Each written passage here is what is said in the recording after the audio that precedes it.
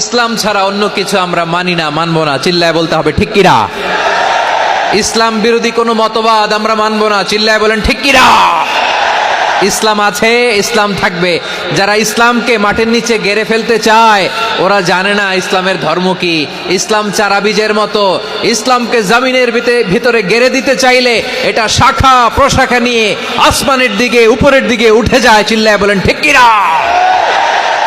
এজন্য আল্লাহর হাবিব বলেন 6টি মৌলিক কর্মসূচির সারমর্ম হলো ইসলাম। হাদিসে জিবরিলে সাইয়েদনা জিবরিল আলাইহিস সালাম বিশ্বনবীকে বললেন, ও নবী আপনি বলেন তো ইসলাম কি। ইয়া মুহাম্মদ আখবিরনি আনিল ইসলাম, ইসলাম কারে বলে আপনি বলেন। আল্লাহর হাবিব বললেন 6টি মৌলিক কর্মসূচির সারমর্ম হলো ইসলাম।